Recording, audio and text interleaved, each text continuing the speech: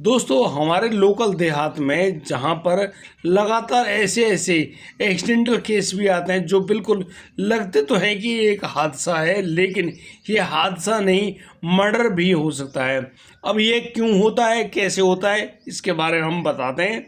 एक भाई अपनी बहन मतलब अपनी मौसेरी बहन जो है उसको पटवारी, जब उसकी सरकारी नौकरी लग जाती है पटवारी की, उसको ट्रेनिंग के लिए ले जा रहा होता है मोटरसाइकिल पर बिठाकर। अचानक वो लोग अपने गांव से लगभग 1 किलोमीटर भी दूर नहीं जा पाते हैं कि एक काले रंग की एसयूवी आकर उस मोटरसाइकिल को पीछे से जोरदार टक्कर मारती है। और वो टक्कर इतनी जोरदार होती है कि दोनों शख्स उस जो मोटरसाइकिल मौजूद हैं वो करीब 200 मीटर दूर उछलकर दूर गिरते हैं और उनकी मौके पर ही मौत हो जाती है। अब यहाँ पर जैसे ही इस पूरी खबर के बारे में उस गांव में पता चला, जो कि अपने बेटा और बेटी की नौकरी लगने में, सरकारी नौकरी लगने में खुश हो रहे होते, प्रसाद बना रहे होते हैं, उन लोगों के बीच में अचानक से मातम फैल जाता है। और ये मातम उनके परिवार में नहीं, पूरे गांव में, क्योंकि वो लोग पूरे गांव की दावत करने जा रहे थे। अब दोस्तों एक लड़की जो कि पटवारी की पोस्ट पर लग गई है, उसकी कुछ दिनों की ट्रेनिंग थी, उसी ट्रेनिंग को लेने के लिए वो जा रही थी जोधपुर। अब यहाँ जोधपुर जाने में उसका जो भाई जो कि ग्राम विकास अधिकारी है वह उसको लेके जा रहा था, लेकिन जिस प्रकार से वह हादसा हुआ उसके अंतराल में उन दोनों की मौत हो जाती है। लेकिन यहाँ कैसे ये एक एक्सीडेंटल हादसा एक मतलब कि मर्डर मिस्ट्री बनी, जब इसके पीछे सच्चाई जानी गई तो सभी के हाथ पैर कांप गए। और इस बात को भी जानकर आप हैरान रह जाएंगे कि इस मर्डर को कराने वाला कोई और नहीं, उसके ही अपने परिजन थे। और अब ये जो कहानी है लोगों के सामने आई तो हर किसी के हाथ पैर कांप गए। दोस्तों आइए जानते हैं क्या हुआ था पूरे मामले में। नमस्कार, आदाब, सत श्री अकाल दोस्तों, स्वागत है आपका हमारे यूट्यूब चैनल किस्से क्राइम के। और दोस्तों मैं उम्मीद करता हूँ आप लोग सब बढ़िया होंगे, बेहतरीन होंगे। और आज का बेहद ही हैरान करने वाला मामला सामने आया है जोधपुर राजस्थान से। दोस्तों यहाँ पर मौजूद लूनी क्षेत्र के अंतर्गत एक गाँव पड़ता है सर गाँव का रहने वाला वह लड़का रमेश पटेल, जो कि एक ग्राम विकास अधिकारी है, बड़े ही प्यार से रहता है। उसके साथ उसी घर में उसकी बहन कविता भी रहती है। कविता उसकी मौसी की लड़की है। और ये जो लड़का है रमेश अपनी बहन से यानी कि तैयारी करवाता रहता है, और इसी तैयारी को करवाने में उनको सफलता भी मिलती है जब वह लड़की कविता का पटवारी के पद पर चयन हो जाता है। अब तो जैसे ही ये खुशियाँ उनके घर में आई, अब एक भाई की सरकारी नौकरी, बहन की भी सरकारी नौकरी, यानी कि अब तो रमेश पूरे गांव को दावत देने की घोषणा करता है और पूरे गांव में बता रहा है कि भाई वे पूरे गांव वालों को बढ़िया दावत देगा, क्योंकि उसकी बहन की भी नौकरी लग गई, उसकी तो है ही, मतलब कि चारों तरफ खुशियों का माहौल। लेकिन जब यह हादसा हुआ तो इस हादसे के बाद से पूरे गाँव में ऐसा सन्नाटा छा गया, मातम परस गया, ऐसा मातम बन गया कि अब यहाँ तो किसी पूरे गांव में किसी के चूल्हे ही ना जले।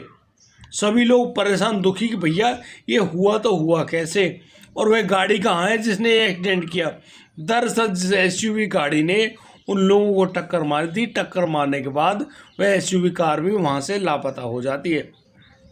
अब पूरी स्थिति में लोग अपना अपना दिमाग तो दौड़ा रहे हैं। अब गांव के जो लोग हैं वो सोच रहे हैं, क्योंकि भाई अब ये हुआ तो है, तो उन दोनों के शवों को ले जाया जाता हॉस्पिटल में जब उनका पोस्टमार्टम वगैरह किया जाता है। अब एक एक्सीडेंटल मौत में क्या पता चलेगा, उन दोनों के शव उनके परिजनों को सौंप दिए जाते हैं और उनका अंतिम संस्कार कर दिया जाता है। लेकिन दोस्तों सुबह सुबह ये हादसा हुआ, शाम को अंतिम संस्कार हुआ, लेकिन लोगों के मुंह पर ये लगातार चर्चा का विषय बना हुआ था कि आखिर ये जो पूरा प्रोग्राम हुआ है ये क्यों और कैसे हो गया, कहीं ये कोई मर्डर तो नहीं। अब इस सिलसिले में लोगों की बातें बनना शुरू हो गई थी। अब लोग तो भैया पता नहीं क्या क्या तरह की बात सोचेंगे, लेकिन लोग कहते हैं भैया एक गाड़ी जो कि काले रंग की है वह लगातार उस गांव में पिछले 3-4 दिन से घूम रही थी। अब वो लोग करते क्या नहीं करते उसको पता नहीं, लेकिन वे इस गांव में एक नई गाड़ी घूम रही थी। सभी लोग देखते हैं, गौर करते हैं, लेकिन किसी को कोई जानकारी है नहीं उसके बारे में। अब यहाँ पर आता है रमेश पटेल का बड़ा भाई अशोक पटेल। अब अशोक पटेल भी कहता है कि हाँ, एक दिन पहले रमेश के साथ कुछ ऐसा ही हुआ था। दरअसल वो दोनों मोटरसाइकिल पर जब जा रहे थे तो एक काली सी एसयूवी आई थी और उस लड़के रमेश को धमकी देकर गई थी कि या तो तू मान जा वरना तेरे संग कुछ बहुत ही बुरा होगा। अब वो जो रमेश है भाई एक अधिकारी है, वो उन लोगों से मार मतलब कि दबाव कैसे खाता, वो उनको डांट देता और वो दोनों भाई यानी कि उस गाड़ी वाले को वहाँ से भगा देते हैं। अब उनको तो कोई खास जानकारी है नहीं, लेकिन हो ना हो ये गाड़ी वही हो जो कल आई थी। अब यहाँ पर अशोक का दिमाग भी घूम गया। अब यहाँ पूरे गांव का जब दिमाग घूम गया कि यह एक हादसा नहीं, यह तो एक जानबूझकर की गई साजिश के तहत मर्डर है। अब तो सभी लोग अगले दिन उस हॉस्पिटल जहाँ पर उस लड़के का शव रखा गया था वहाँ जाकर धरना पर बैठ गए। अब धरना पर बैठे जाम लगा दिया, चारों तरफ बवाल पूरा। पुलिस के ऊपर दबाव बन गया कि आखिर ये लोग यहाँ क्यों बैठे। और जब पुलिस के आला अधिकारी वहाँ पर पहुँचे तो ग्रामीणों ने लिखकर एक ज्ञापन सौंपा। उसमें बताया कि भैया ऐसा है, उस लड़के की यह हादसे में मौत नहीं है, ये तो जानबूझकर किया गया मर्डर है। अब यहाँ पर पुलिस पूछते फिर आपको जब मर्डर ये लग रहा है तो फिर मर्डर करने वाला कौन? तो यहाँ पर गांव वाले कहते हैं भैया ये काम है तुम्हारा, अब आप दूध का दूध और पानी का पानी करो। तब जाकर पुलिस थोड़ा संज्ञान लेती है, उस पर जब दबाव बनता है आला अधिकारी पुलिस को फ़ोन करते हैं और उससे कहते हैं कि इस पूरे मामले में ढंग से छानबीन की जानी चाहिए, आखिर वह भी तो एक अधिकारी है। इस पूरे सिलसिले में जब पुलिस आगे बढ़ती है छानबीन करने के दौरान तो वहाँ सभी जगह से सीसीटीवी कैमरे फुटेज वगैरह सब मतलब जांची जाती हैं तो मालूम चलता है कि ब्लैक कलर की एसयूवी आई थी और उस एसयूवी में 3 लोग सवार थे और वही ये एसयूवी जो उस रोड पर गई जहां पर वह रमेश अपनी बहन कविता के साथ जा रहा था और इसी एसयूवी ने इनको टक्कर मारी है। अब ये तो क्लियर हो गया कि हाँ एसयूवी किसकी है, लेकिन इस प्रक्रिया को कौन अंजाम दे रहा है? क्योंकि जब उस लड़के रमेश की मौत हुई थी यहाँ पर तो पूरे घर में मातम का माहौल है, लोग तरह तरह से रो पीट रहे हैं और सबसे ज़्यादा बुरी हालत होती है रमेश की पत्नी गुड्डी की। और गुड्डी जो कि रो रो कर बार बार बेहोश हो रही है, दुखी है, परेशान है, कह रही है कि उसका तो सब कुछ उजड़ गया, वह अब कहाँ जाए। अब इसी सिलसिले में कहानी मतलब कि बिगड़ चुकी है और वह जो महिला है वह बहुत ही ज़्यादा दुखी परेशान है। लेकिन पुलिस जब जांच पड़ताल करते तो हर आदमी से अलग अलग पूछताछ करती है। जब उस गुड्डी से पूछा गया तो गुड्डी जो कि बार बार बेहोश हो रही थी तो बता दी कि उसका तो सब कुछ उजड़ गया, पति भी ना रहा, पति के पीछे के जो भी शौक मौज थे सब कुछ खत्म हो गया, वह तो भरी जवानी में विधवा हो गई। आप उससे ही सवाल जवाब करने बैठे हो। अब यहाँ पर कहानी मतलब कि अब पुलिस किससे पूछे भाई, मातम का माहौल। अब पुलिस का वहाँ पर एंट्री करना बड़ा खतरनाक। अब पुलिस किसी से कोई ज़्यादा बात नहीं कर पा रही, लेकिन सभी लोग यानी कि पुलिस पर दबाव पड़े हैं भैया पूछताछ करो, मालूम करो आखिर ये पूरा कांड क्यों हुआ है। दोस्तों यहाँ पर मालूम चलता है कि जो रमेश की शादी हुई थी वह आटा साटा के तहत हुई थी। अब आटा साटा क्या है दोस्तों, यहाँ पर रमेश की बहन या भतीजी की शादी उस लड़के से होगी जिस लड़के की बहन की शादी इनके परिवार में होगी, यानी कि अदला बदली, वो लोग अपनी लड़की देंगे और वो लोग अपनी लड़की देंगे, यानी कि दोनों एक दूसरे के जीजा साले बनेंगे और उनकी जो बहनें हैं वो एक दूसरे घर में जाकर उनका परिवार संभालेंगी। इसी तहत यानी कि इसी प्रक्रिया के तहत उस रमेश की शादी उस गुड्डी से हुई थी और उस रमेश की भतीजी की शादी गुड्डी के भाई के संग हुई थी। लेकिन दोस्तों यहाँ पर एक बड़ी अहम बात यह है कि उस गुड्डी का तो आना जाना शुरू हो गया रमेश के साथ और यह हुआ था 2018 में। लेकिन यह जो रमेश की भतीजी है, रमेश की भतीजी अभी यानी कि गुड्डी के भाई के पास नहीं भेजी गई है, यानी कि उसका अभी गौना नहीं हुआ है, वह वहाँ पर नहीं जा सकती अभी। वो लोग यानी कि सर्दियों में इस लड़की को उनके घर भेजने वाले थे।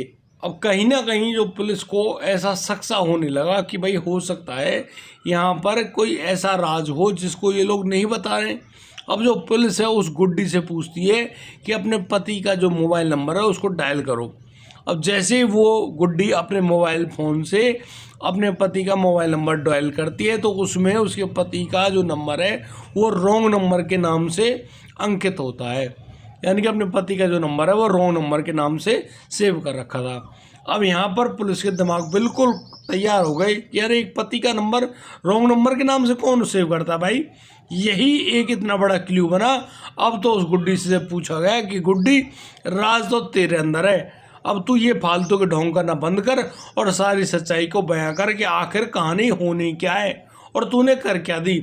अब यहाँ पर जब पुलिस की लगातार पूछताछ की जाती है तो वो गुड्डी इस बात को स्वीकार कर लेती है कि उसने ही अपने पति की हत्या कराई है, और हत्या इसलिए कि ये लोग उनकी भतीजी को उसके भाई के लिए नहीं भेज रहे थे। वह तो उनके घर में पत्नी बनकर आ गई, लेकिन ये लोग अपने भतीजी यानी कि अशोक की बेटी को उसके भाई के लिए नहीं भेज रहे थे, और इसी वजह से उसने कुछ ऐसा प्रोग्राम रच दिया कि उस आदमी की हत्या करा दी। अब यहाँ पर पुलिस बड़ी हैरान, यार ऐसा है मतलब तू अपने भाई के बारे में तो सोच रही है, लेकिन रमेश किसी का भाई नहीं, वो तो सब ठीक है, लेकिन चलो तेरी रमेश से कोई दुश्मनी भी हो, लेकिन उस लड़की कविता से क्या दुश्मनी थी जिसने अभी अभी पटवारी की जो परीक्षा पास करी और उसकी नौकरी लगी है। अब यहाँ पर जो कहानी है वह बिल्कुल घूम गई, क्योंकि वो जो महिला है गुड्डी कुछ और ही कहानी बताती है। वह बताती है कि ये जो पूरा प्रोग्राम रचा गया है यह एक प्रेम प्रसंग के चलते रचा गया है। दरअसल उसकी शादी से पहले उसकी एक सेटिंग थी, और सेटिंग थी शंकर पटेल नाम के शख्स से।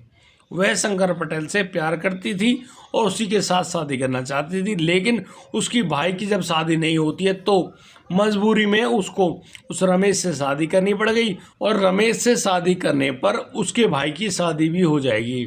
अब इस आटा साटा के तहत उनकी शादी तो तय हो गई, लेकिन वह अपने प्रेमी से नहीं मिल पा रही थी, इसी बात का दुख था, और लगातार वह अपने प्रेमी से फ़ोन पर संपर्क बनाए हुई थी। उनसे अक्सर उसकी मुलाकात भी होती और उनके बीच में अवैध संबंध भी कायम हो गए थे। लेकिन यहाँ पर जो वह महिला है गुड्डी अपने पति से ना तो प्यार करती, और उसके फ़ोन को यानी कि उसके फ़ोन नंबर को अपने फ़ोन में रॉन्ग नंबर के नाम से सेव कर रखा था। इसीलिए अब पुलिस समझ गई भैया मैटर कुछ और ही है। अब तो पुलिस जो कि लगातार दबिश डाल रही होती है उन तीनों को गिरफ्तार कर लाते जो लोग उस समय एसयू में मौजूद थे जिन्होंने उस रमेश को टक्कर मारी थी। और जब उनको गिरफ्तार किया गया उसके बाद उन्होंने उनकी ही निशानदेही के मुताबिक उस लड़के शंकर पटेल को भी गिरफ्तार कर लिया गया। शंकर पटेल एक शख्स जो कि गुड्डी से प्यार मोहब्बत करता था, और इसी प्यार को पाने के चक्कर में उसने एक ग्राम विकास अधिकारी और उसकी बहन पटवारी जो लगी थी उनकी जान ले ली। और पुलिस अब उस शंकर पटेल का पीछा करती है, लेकिन जो शंकर पटेल है वह बड़ा ही दिमागदार निकलता है। वह लगातार अपनी लोकेशन चेंज कर रहा होता है।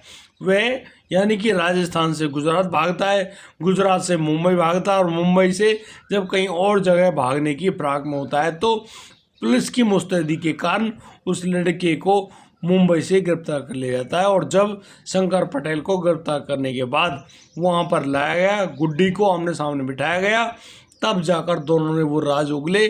और यहाँ पुलिस के सामने अब एक ऐसा राज ओपन होता है, पता चलता है कि भैया दोनों जो युवक हैं यानी कि दोनों जो एक आदमी और एक लड़की है, ये दोनों एक दूसरे से बेइंतहा मोहब्बत करते हैं, और इसी वजह से वह गुड्डी अपने पति से प्यार नहीं करती। अब तो यहाँ पर अशोक भी इस बात के लिए गवाही देता है कि अक्सर इस रमेश के और इस लड़की यानी कि गुड्डी के अक्सर घर में झगड़े हुआ करते थे, और इन झगड़ों से वह जो लड़का है परेशान ना होकर अपनी पढ़ाई में ध्यान लगाता। पता नहीं भाई इनके साथ में ये रहा है कि नहीं रहा है, क्या कहानी हुई है कोई मालूम नहीं है, लेकिन 7 साल बीत जाने के बावजूद भी रमेश अभी तक बाप नहीं बन पाया है। अब आप समझ रहे होंगे कि एक मतलब पत्नी तो है घर में, उसको सारी शौक मौज मस्ती सब कुछ मिल रहा है, लेकिन उसको अभी भी ललक है इस बात की कि उसको उसका प्रेमी चाहिए। लेकिन प्रेमी तो ऐसी साजिश करता है भैया, उस आदमी रमेश की इतनी दर्दनाक हादसे में हत्या करवा देता है। और वो लोग 3 लोग जो कि भाड़े के टट्टू थे, वो लोग पैसों के चक्कर में आकर सुपारी लेकर शंकर पटेल से उस दोनों की हत्या तो कर दी, लेकिन किसी का क्या गया।